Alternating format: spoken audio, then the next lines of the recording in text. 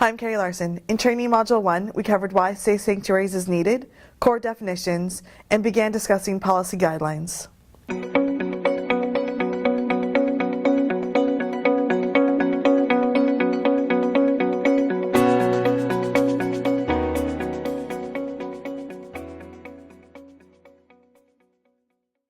right, here's another difficult one. It's a 6-month rule. So let's say it's the beginning of the year and you have pleaded from the pulpit, we need help, right? And you have loads of people come to your door and say, yes, I'm willing to help. 6-month rule says that they need to work with someone who's already been in your ministry for 6 months. So that requires some thought process, right? Because you may have some 4 strong leaders that you want in each of those, their ministries, but you may have to split them up for 6 months so that they can work with a new person coming in. And that's simply to monitor, to check, to verify. Once you do the background check and you've done reference checks, you have paper saying this is a good person, right? But you also want to visually see how they're responding to kids when kids are having a bad day, or when you have kids on the spectrum of autistic to autism and they're struggling, right? And so how does that volunteer respond to that? So that's why the 6-month rule is having someone work with a new person coming in for 6 months. Again, that's a difficult one for churches that have a smaller and smaller select people. I think, as you mentioned, a smaller and smaller select people to choose from. So it's really about planning long term and kind of looking for that person who's going to role model, just appropriate conversations and those kinds of things. I think there's got to be a way to finesse that for somebody new coming into the church that wants to jump in and start volunteering right away, because we don't want to turn them off or scare them away by, them thinking, that we are, it's got to be a sensitive issue about the 6-month rule. There's got to be a good way to massage that. Correct. So, how to introduce a 6-month rule to your volunteers is really difficult, right? You don't trust me, like I'm a good person. So it's not about trust. It's just, here's our policy. You can always fall back to the policy, right? Like if you don't like my answer, here's our policy, right? And my job is to follow the policy. And so it may not be that they have to know that they have to do 6 months, but when you're planning people together, when you're pairing your 2 adults together, you're like, okay, I just background checked them, so I'm going to pair them with someone else who has already been cleared, they've been in our ministry for a couple years, those kinds of things. So it takes kind of like some planning on your end as leaders to make sure that that matches up, right?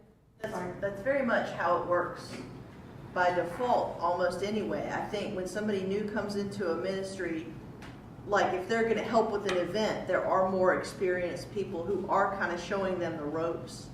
And this is just making that part of the safe sanctuary effort.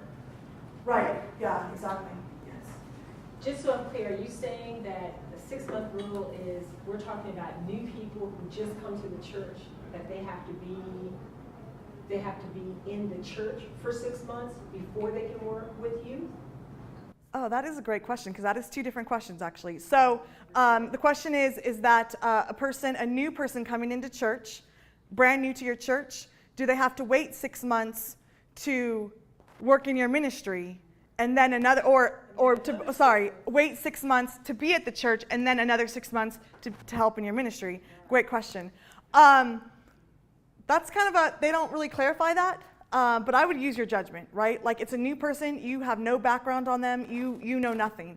So really all you have is, hey, I have a great heart and I want to help in this ministry, and I have a paperwork saying that, I'm cleared and all that kind of stuff.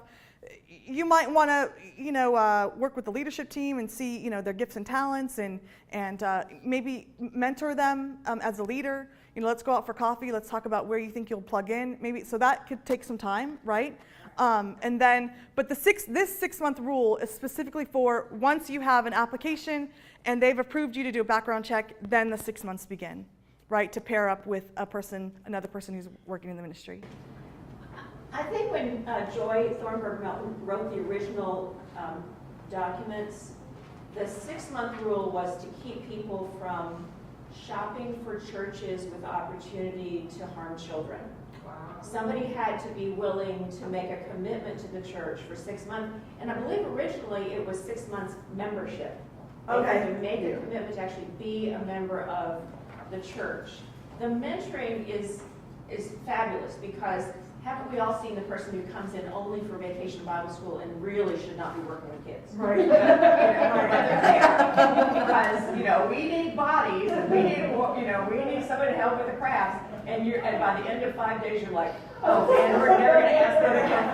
Right. So, you know, I think it's actually two things. I think the 6 month is a commitment to the church. Okay. And we kind of flex that a little in my situation because sometimes we just don't get around to actually doing the new member Sunday because we're small and we got kind of comfortable having them being there. So we're flexible about that, but it's also pushed some people to go, yeah, I really do want to make a commitment to this church because I want to work in your ministry. So I think it's actually two different. That's awesome. Yeah, in our ministry, I only choose church members. And so if they wanted to volunteer, they would need to begin that process.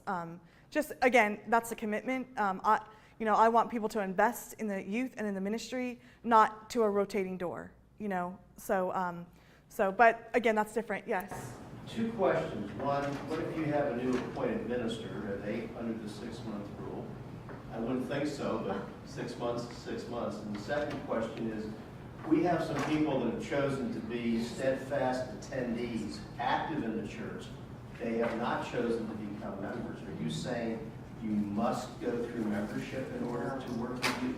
I think, so, question is, a new pastor coming to a church, and where do they fall into the 6-month rule, and people who are not members of your church volunteering in ministry.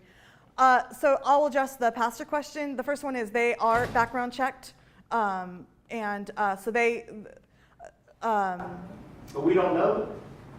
Right, but the conference does. Right. As a pastor, I am vetted, fingerprinted, so I think the response to the 6-month rule for the pastor is there are tons of safeguards that are already in place at the conference level, and to get to the point that they're sending this person to you, that you can assume this person is safe with children. That said, my door has a window in it, but the 6-month rule, I don't think would have to apply to your new pastor.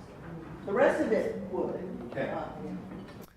And your second question was about members who People are not members that are active in the church and have been there a year. Correct. So I would think that is that's your church policy, right? So if that's what you decide and they have been background checked in that process and they've been Safe Sanctuaries trained, then in that setting, that is your box of operation, right? So that's where you're saying this is and I would, when you write your policy, write that in. Right, so that people who are not, you could word it that way, members or non-members, volunteer, whatever, however you want to word that, that is whatever your church policy says, right? As long as they've been background checked and Safe Sanctuary trained, right? So we've talked a lot about people who are actively involved in ministries. So there are exceptions to the rule, and you'll find when you start diving into how to implement Safe Sanctuaries that there are some exceptions. And this kind of, I think you asked the question about a helper with a cleared volunteer and leadership. So this could be your church members or non-church members. With this, it's suggested that they have a non-child contact job. So that could be your Sunday school data person who enters in new names and new members. That's still part of the team, but doesn't have direct contact with children or youth. Right? It could be a parent who is working with youth, but they are finance and budget, and so they may have some interaction with collecting money, but they're not specifically, doing program. What is cleared volunteer and leadership? So cleared. So they have gone through training, but they so it's in parentheses because you might have started that process. You might want to. A new family comes to town, or not a new family, that's not, a current family, children or youth who have been helping in ministry, 6 months after you've done your Safe Sanctuaries training at the beginning of the year, 4 to 6 months later say, I want to be involved in this. Could also be those parents who you sign up for a retreat, that kind of one-time thing. So they would be cleared, you go through that process, but you also want to make sure that they don't have non-child contact So maybe they're the parent that is just driving, right? Because we're going to talk about that. Drivers also need to be background checked, but maybe they're just drivers, and so there's no really program kind of conversation. Is that? For some reason, I'm not making the connection in my brain. Why can't they have contact with the children at all? Because you're fast tracking them, so maybe the paperwork is in process, like you're still. Before the 6 months. Right. So sorry, I thought I explained that. Yeah, you're fast tracking them. Like they've kind of come in after you've done a huge training, and so you kind of got to fast track them. And so you want to make sure that they are not having a direct conversation or position with youth, yeah, or children. So quick clarity, yeah.